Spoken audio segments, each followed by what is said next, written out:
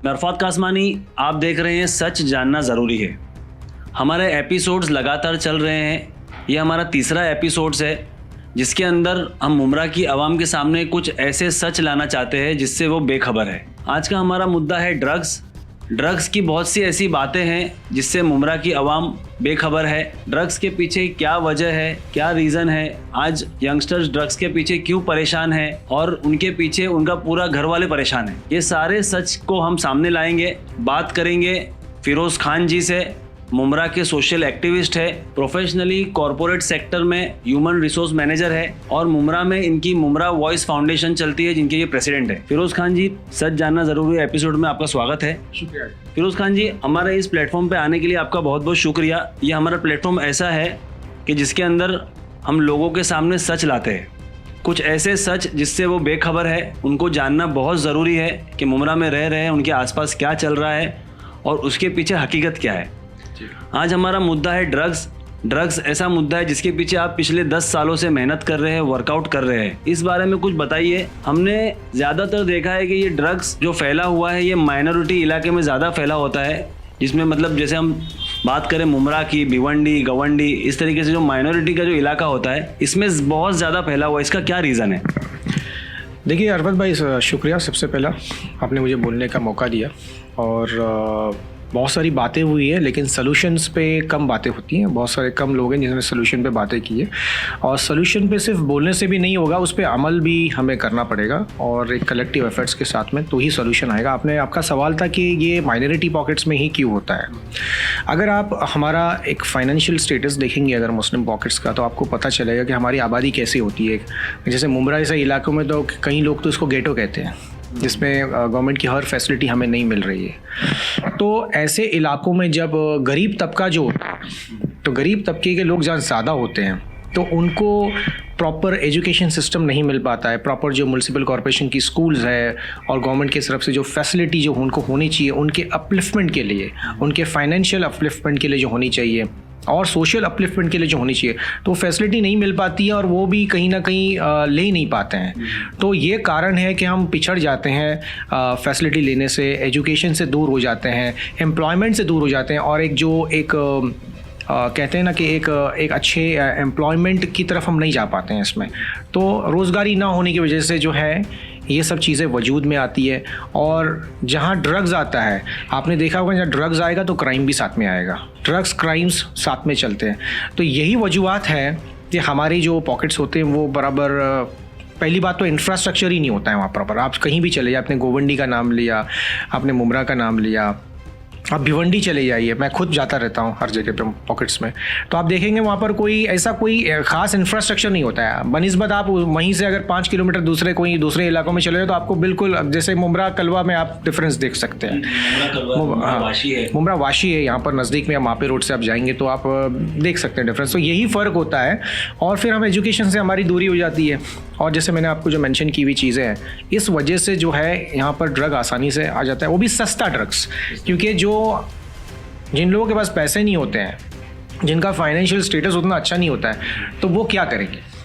जैसे अगर दूसरे इलाकों में आप जाएंगे तो वो ज़्यादा शराब का सेवन ज़्यादा करते हैं, जी है ना। लेकिन अभी माइनॉरिटी पॉकेट में आएंगे तो पहले हमें शराब का जब नाम आता था हमें लगता है वो हराम है। लेकिन जब मुमरा जैसे इलाके, भिवंडी से इलाकों में आएगा तो वहाँ सस्ते ड्रग्स ज़्यादा चलते हैं। तो वो शराब फॉर्म में नहीं होते, वो अलग फॉर्म में होते हैं। और आजकल तो जो है प्रिस्क्राइब ड्रग्स जो है वो भी ज़्यादा चल रहा है। तो वो तो मेडिसिन जैसे हम बीमारी में खाते हैं तो उसमें हराम का कॉन्सेप्ट ही नहीं आता है। तो कहीं ना कहीं बताने में भी हम लोग नाकामयाब रहे हैं कि ये चीज़ें भी हराम है और वो भी चीज़ें हराम होती है, जिससे आपको नशा हो, वो सारी चीज़ें हराम है। ऐसे ही हमारे उलमाओं ने बताया गया। तो इसको खुल के एक इसकी अवेयरनेस होनी चाहिए कि क्या चीज़ हराम में आती है, क्या चीज़ उसकी कैटेगराइज हमें करना पड़ेगा, कि आवाम इतनी तरीके से खुल के नहीं समझ पाती। क्योंकि नए नए ड्रग्स ऐसे आते हैं मार्केट में, आते जा रहे हैं दिन ब दिन, कि हम लोग उसको कैटेगराइज नहीं कर पा रहे हैं कि ये हराम है या फिर ये एक मेडिसिन है या इसका साइड इफ़ेक्ट क्या होगा। तो आपके 10 साल की ये पूरी मेहनत में इसका रीज़न तो आपने बताया कि मतलब क्यों माइनॉरिटी में मतलब ये फैला हुआ है, कितना वो नहीं, इसका सॉल्यूशन आपको कुछ मतलब आपके वर्कआउट के हिसाब से क्या आपको लगा कि इसका सॉल्यूशन क्या होगा? जी देखिए, जहाँ तक 10-12 साल से मैं जो काम कर रहा हूँ और जो मेरा एक्सपीरियंस रहा है, मैं हो सकता है मैं कई लोगों के लिए सही नहीं हूँ, लेकिन ऐसे बहुत सारे लोग होंगे जिनके लिए मैं सही भी हूँ। तो मेरा जो एक्सपीरियंस रहा है पर्सनल एडिक्ट से, जब मैं मिलता हूँ, बात करता हूँ, उनके चैलेंजेस पे गौर करता हूँ, और जब मैं रीहैब सेंटर जाता हूँ और वहाँ के काउंसलर से बात करता हूँ, क्योंकि उनको बहुत आइडिया रहता है ये सब चीज़ों के बारे में, क्योंकि अलग अलग पॉकेट से जो है अलग अलग एडिक्ट्स आते हैं। तो वो जब मैं बात करता हूँ तो मुझे समझ नहीं आता है। जब मैं पुलिस से मिलता हूँ, पुलिस के चैलेंजेस समझता हूँ कि पुलिस को क्या चैलेंजेस आ रहे हैं इस सब चीज़ को रोकथाम के लिए। और जब मैं FDA के पास जाता हूँ, फूड एंड ड्रग एडमिनिस्ट्रेशन जो है, वहाँ जाता हूँ, उनसे बात करता हूँ। अभी हाल ही में मेरी मीटिंग हुई थी, तो उनके चैलेंजेस क्या है और वो किस तरह इस चीज़ को लेते हैं। तो जो सोल्यूशन पे जब आते हैं ना भाई, तो देखो इसका एक कलेक्टिव सोल्यूशन। आप ये नहीं बोल सकते हो कि ये सारे उलमाओं पे छोड़ दीजिए, मस्जिद में बता दीजिए तो ड्रग्स चला जाएगा, ऐसा नहीं होगा। ये नहीं बोल सकते हैं कि सोशल एक्टिविस्ट सिर्फ एक्टिव हो जाए तो ड्रग्स चला जाएगा, भी नहीं हो पाएगा। सिर्फ पुलिस पे डाल दो कि सप्लाई जो कर रहे हैं पेडलर से, उनको पकड़ लो, पकड़ के एक झटके में आप जेल में डाल दो तो ड्रग्स चला, ऐसा नहीं होगा।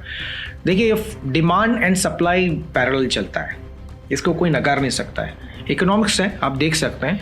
तो डिमांड फैक्टर हमेशा पहले आता है, और इसमें थोड़ा सा फ़र्क है कि डिमांड को क्रिएट भी किया जा रहा है।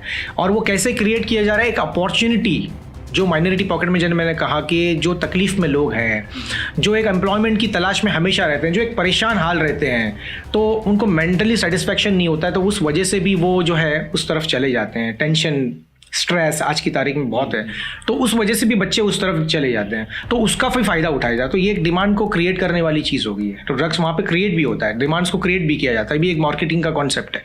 तो लेकिन अभी इसमें क्या किया है, सबसे बड़ा पार्ट है इसमें अवेयरनेस का। अब जब मैं अवेयरनेस बोलता हूँ तो अवेयरनेस एक बहुत बड़ा टर्म है, तो अवेयरनेस को मुझे डिफाइन करना पड़ेगा कि अवेयरनेस है क्या एग्जैक्टली, इसको कैसे अवेयरनेस करें when it comes to drugs की अवेयरनेस को हम कैसे करें। तो सबसे पहले आ जाइए आपके मस्जिदों के अंदर में, क्योंकि हम जो है इमोशनली कहीं ना कहीं एक धार्मिक तौर से जुड़े हुए हैं। अगर हमारे उलमा, अगर हमारे बड़े जो हैं हमें कुछ बोलते हैं और मज़हब का वास्ता देके बोलते हैं, अल्लाह का वास्ता देके बोलते हैं, अल्लाह के रसूल का वास्ता देके, उनके वलियों का वास्ता देके बोलते हैं, तो हमें कहीं ना कहीं एक हम जज्बात जाग उठते हैं हमारे अंदर, एक रूहानियत पैदा हो जाती है हमारे अंदर में कि भाई ये चीज़ हमें करनी चाहिए। इसीलिए तो मुसलमान 30 रोज़े रख रहा है। आप देखोगे रमज़ान में नशा करने वाला भी आदमी आपको कहीं ना कहीं मस्जिद में नजर आता है, रोज़े रखते हुए नज़र आते हैं। तो ऐसी क्या रूहानी ताकत है उनके अंदर में। तो ये एक सबसे अहम चीज़ है कि मस्जिदों के अंदर में सिर्फ जुमा के बयान। और ये भी बात मेरे हिसाब से सही नहीं है कि आप ये भी सोच लें कि सिर्फ मस्जिद में लोग आएंगे जब हम बोलेंगे, तो मस्जिद में लाने की मेहनत भी होनी चाहिए। और ऐसे भी लोग होंगे जो मस्जिद में आने में कंफर्टेबल नहीं है, नहीं आएंगे आपके, क्योंकि आपकी 4 माले की 6 माले की जो मस्जिदें हैं माशाल्लाह बनी हुई है, आप देख लो 5 वक्त की नमाज में वो कितनी भरती है, जुमा के अलावा भरती भी नहीं है। तो ये सब आवाम कहाँ जाती है, तो ये सब मस्जिद में नहीं आ रही है। कहीं ना कहीं ये बंदे कंफर्टेबल नहीं, तो हो सकता है हमको मिंबर छोड़कर हमको बाहर उनके पास जाना पड़ेगा, उनको एंगेज करना पड़ेगा अपने पास में। ऐसे एक्टिविटीज़ मस्जिदों मदरसों में आपको करनी पड़ेगी जिसमें काउंसलिंग सेशन मैंने बहुत सजेस्ट किया है कि कोई काउंसलर्स बिठाया जाए मस्जिद के अंदर में, कि बेचारे तड़प के जो औरतें रोती है, जो फ़ोन्स आता है, तो वो कहाँ जाए। काउंसलर्स नहीं है, हमें को समझाने वाले लोग नहीं है। एटलीस्ट सबसे पहले पेरेंट्स की काउंसलिंग होती है कि ये उनको ही नहीं पता होता है कि ये किस तरह का ड्रग्स पी रहा है। अब जैसे पाउडर्स वगैरह आए थे 2014 वगैरह में, तो किसी को पता ही नहीं था MD क्या है। मुझे भी नहीं पता था, जब मैं आया तो मुझे पता चला कि MD नाम का एक ड्रग्स है। तो ड्रग्स अपनी जो है ना फेसेस को बदलते रहता है, उसके जो इंटेंसिटी है ना वो भी कम ज़्यादा होती रहती है। अब ये कैसे करते हैं, जो पीछे लोग बैठे हैं कैसे कंट्रोल करते हैं, मुझे उसके बारे में नहीं आइडिया है, तो ज़्यादा वो ही बता सकते हैं।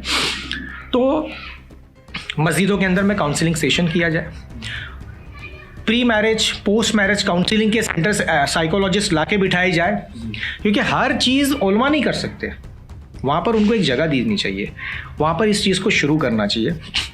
बच्चों के जैसे कि अभी हम देख रहे हैं कि एक गेटो टाइप मुमरा है, 6 माले की बिल्डिंगें बन रही है, 5 महीने में 4 महीने में बन जाती है, तो उसमें लोग आते हैं, इतना शोर शराबा होता है।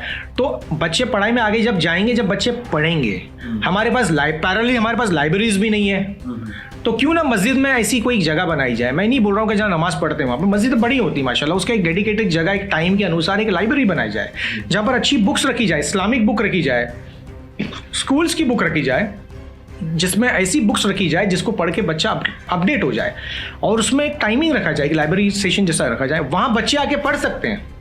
वहाँ पर क्यों हम ऐसे सोशल एक्टिविस्ट जो टीचर्स होते हैं जो अपने टाइम को डिवोट कर सकते हैं, वो आकर मस्जिदों में 1-2 घंटा रहे और उसका हम ऐलान कर देंगे जिसको मैथ्स सीखना है, साइंस सीखना है, ये वगैरह ये सर आके बताएंगे। तो जिसकी क्वेरी है, जिस बच्चा ट्यूशन फीस अफोर्ड नहीं कर सकता है, वो बच्चा वहाँ आके पढ़ सकता है, मस्जिद में पढ़ सकता है। और ये हुआ है। मैं आपको बताऊंगा, जब प्रथम फाउंडेशन को यहाँ पर हम लोग 2014 में लाए थे, उन्होंने रास्ते पर राशिद कंपाउंड के अंदर बच्चों को पढ़ाया था स्टार्टिंग में। और उनका काम ये था, इतना अच्छा काम करते हैं वो लोग, उनका काम ये था कि वो बच्चे जो ड्रॉप आउट्स बच्चे होते हैं स्कूल्स के, उसको वो लोग वापस स्कूल्स में भेजते हैं। वो ये उनका काम था। आप यकीन नहीं करोगे अरफत भाई, वहाँ पर जिस ईरानी तबके को हम बोलते हैं कि वहाँ पर ज़्यादा उनमें एंटी सोशल एलिमेंट्स या ड्रग्स बिकता है, जिसमें घड़ी घड़ी उनका नाम आता है, उन्हीं लोगों ने अपनी मस्जिद खोली थी। उन्हीं लोगों ने अपनी मस्जिद खोली थी कि आइए आप बच्चों को अंदर बिठाइए, रास्ते पे मत बिठाइए। ये सोच सोच की बात होती है। माशाल्लाह हमारे मुंबई में बहुत मस्जिद है। कितनी मस्जिदें होंगी आपके हिसाब से, आपकी जानकारी के हिसाब से? मुझे किसी ने बताया कुछ 250 के आसपास या 300 के ज़्यादा मस्जिदें होंगी। तो क्यों ना हम इसका इस्तेमाल किया जाए अवेयरनेस पॉइंट। मैंने कहा ना, अवेयरनेस बहुत बड़ा टर्म है, लेकिन जब इस पर प्रैक्टिकली आते हैं तो अवेयरनेस ये होता है कि आप बच्चों को एंगेज। अब मैं ये क्यों बोल रहा हूँ, अब आप बोलेंगे इस पर ड्रग एडिक्ट का क्या मामला है। देखिए ऐसा है, एक डिमांड एक सप्लाई है। अभी मिसाल के तौर पे मैंने हमेशा बोला, मैं अभी वापस उसको रिपीट करता हूँ कि मिसाल के तौर पे ले लीजिए कि मुमरा में 100 बच्चे ड्रग्स लेते हैं। बच्चियाँ आजकल बच्चियाँ भी ले रही हैं, और ये बच्चियाँ जो ले रही हैं ना, ये मासूम बच्चियाँ आप देख सकते हैं मैम वैली पे, मैंने कहीं देखा इनके बॉयफ्रेंड इनको ड्रग्स पिलाते हैं। और शुरुआत इस लड़की और इस बच्चों की होती है हुक्के से, फ्लेवर वाले हुक्के से, और वो जाता है सिगरेट पर। सिगरेट फिर भरी हुई आती है, उसके बाद में धीरे धीरे ये ड्रग एडिक्ट बन जाते हैं। कई बच्चियाँ इसमें भी मुलविस हो रही है, अल्लाह बचाए। इसीलिए इनको एंगेज करो, इनको एंगेज करना बहुत ज़रूरी है। अगर यहाँ पर हमने अगर अभी एक्टिव नहीं हुए ना, तो हालात 5 साल में और ख़राब हो जाए। तो यहाँ पर ये ख़त्म होता है सच जानना ज़रूरी है का एपिसोड 3 का पार्ट 1। जल्दी हम आपके सामने लाएंगे इसका पार्ट 2। फिर से बैठेंगे फिरोज खान जी के साथ और आगे की बात करेंगे, लेंगे इनसे आगे की जानकारी।